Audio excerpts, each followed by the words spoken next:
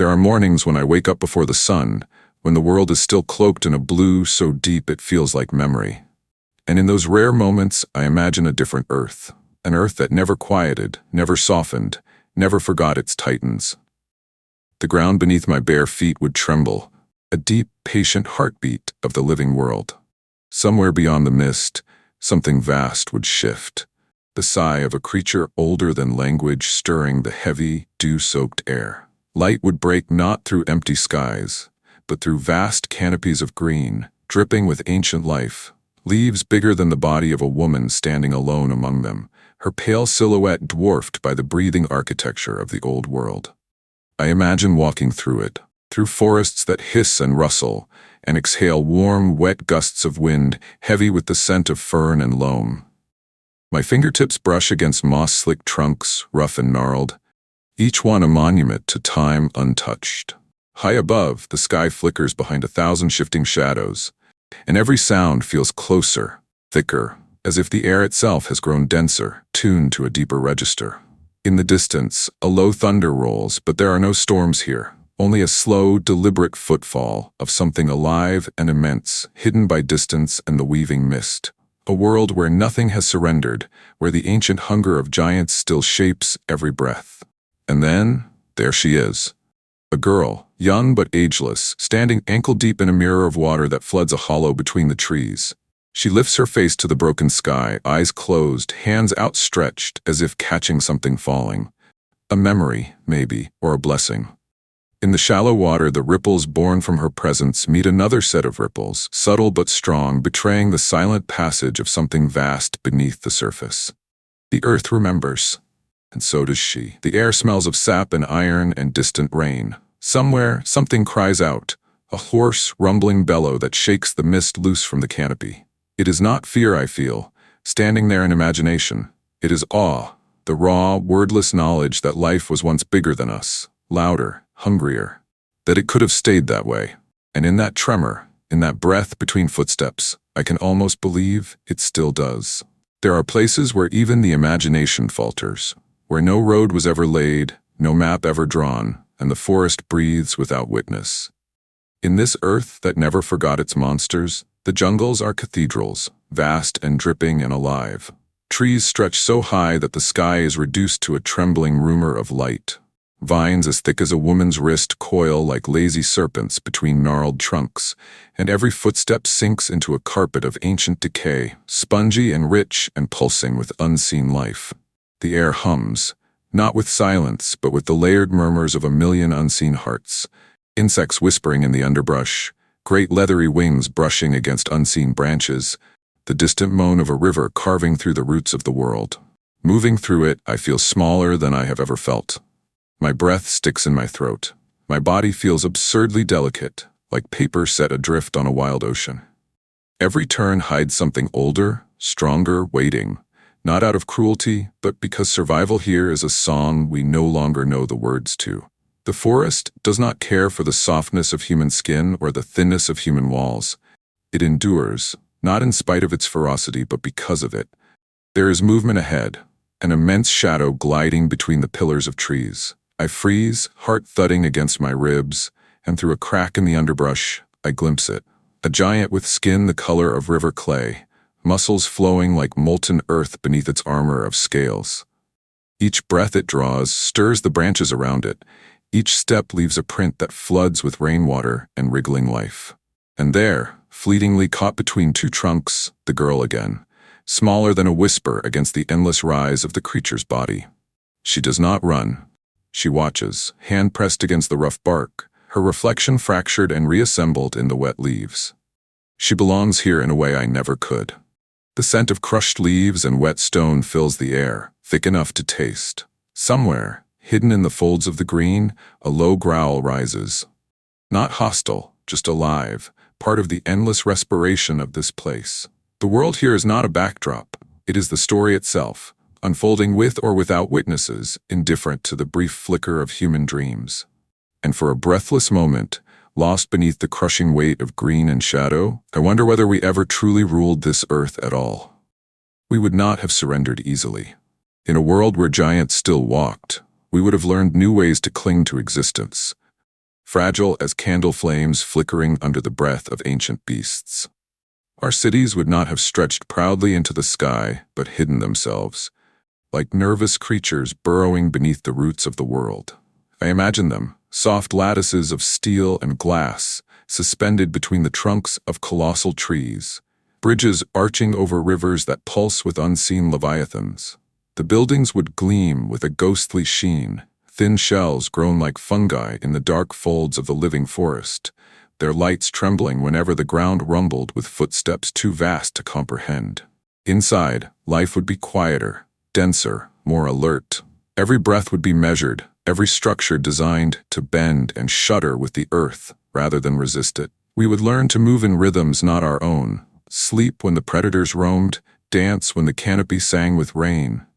Technology would grow sideways, weaving itself into the muscle of the jungle rather than trying to conquer it. And always in the back of every mind, the knowledge, we are not at the center. We are tolerated, perhaps, but only just. She would walk these trembling bridges, this girl of light and shadow, her coat trailing like mist along the trembling wires. At night, she would press her palm against the cool glass of her window, watching as something enormous moved in the darkness beyond, its silhouette blotting out the stars. She would learn the names of beasts the way ancient sailors learned the constellations, each one a myth, a warning, a prayer. And every heartbeat would be a small defiance, a vow to keep breathing in a world not built for human lungs. The scent of metal and wet leaves would seep into every fiber of the cities. The hum of generators would murmur beneath the deeper, older heartbeat of the earth. Light would be a precious thing, carefully rationed, gold bleeding out from the cracks and corners where human life flickered in the vastness. And somewhere beyond the reach of our little fires, the giants would roam without pause, their shadows washing over our fragile shelters like tides. I wonder, even now, whether that humility would have saved us, or whether, in trying to survive in the old rhythms, we would have only postponed the inevitable reckoning that comes when small creatures forget their place among giants. But no shelter can outlast the hunger written into the marrow of the old world. In time, we would remember, survival is not a contract, not a compromise, but a contest written in tooth and claw. The giants would come, as they always had, slow at first, a shifting in the tree line, a hush falling over the trembling bridges of our hidden cities. Then the thunder of pursuit, the shattering of branches thicker than a man's body, the wet roar of bodies colliding in the undergrowth. The old rules would reassert themselves, rules we once thought we had risen above. I see it now. The girl running through corridors slick with rain, her reflection fractured again and again in the trembling glass. Outside, the world splits open, buildings tear like paper, streets flood with the churned black water of ancient rivers awakened by the struggle. Somewhere, a siren howls, a thin, desperate sound against the feral symphony rising from the woods. The scent of burning leaves and ozone scars the air, stinging the eyes, heavy in the throat. Every step she takes is a prayer not toward salvation, but toward another heartbeat, another breath bought from the ruins. Above her, high in the ruptured canopy, a massive silhouette crashes through the twilight, the sheer presence of it bending the very air around its form. The creatures are not evil. They are not cruel. They are hunger embodied, survival given flesh, a force of nature older than our words for death. The earth shudders under their rage. The rivers boil in their path, and the very mountains, it seems, lean away from their fury. There would be no armies to resist them, no walls thick enough to turn them aside, only flight and silence and the faint hope that the hunger would pass by. But deep down we would know, we could not build fast enough, could not hide deep enough, could not appease the old appetites that shaped this earth long before we ever dreamed of taming it. In the end, perhaps we would learn something truer than any civilization could teach, that to exist in this world is not to rule it, but to be spared by it, one trembling dawn at a time. After the storms, after the hunger, after the long nights of fear and breath held beneath broken rafters, there would come a silence so deep it would seem the earth itself had exhaled for the last time. In the ruins of our hidden cities, among the twisted vines and rusting steel, life would creep back, patient, deliberate, blind to our grief. And above it all, the sky would stretch, immense and indifferent, carrying the memory of what had passed like a secret stitched into the stars. I imagine the girl now, not running, not afraid, walking barefoot across a field of ash and wildflowers where once a city stood. Her hands brush the tops of grasses grown wild, her fingertips stirring motes of dust and golden pollen into the heavy afternoon light. Her shadow stretches long and thin across the cracked earth, but she does not look down. She watches the sky, where great wings wheel against the fading blue, descendants of those ancient titans, lighter now, swifter, but carrying still the heavy silence of the old world in their bones. The air smells of scorched wood and sweet decay, of something ending and something beginning. A breeze tugs at the hem of her coat, and in its folds is stitched the dust of 1,000 lost names.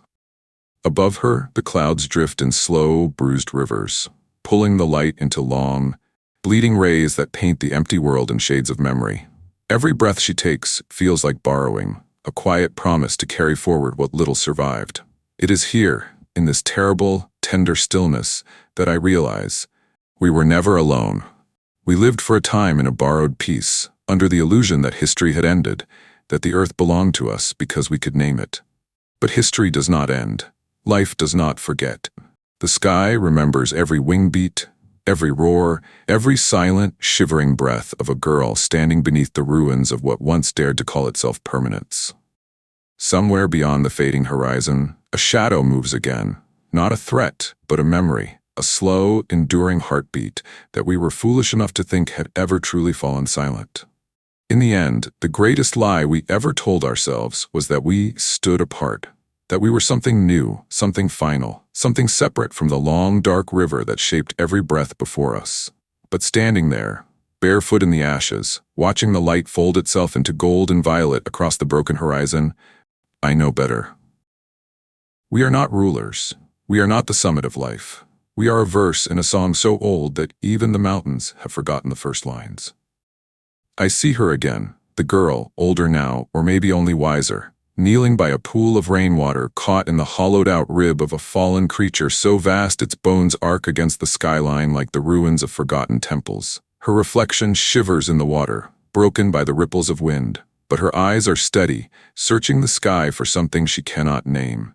She places a hand on the smooth, worn bone, and for a moment it is not a ruin, but a cradle, a bridge, a memory stitched into flesh and stone.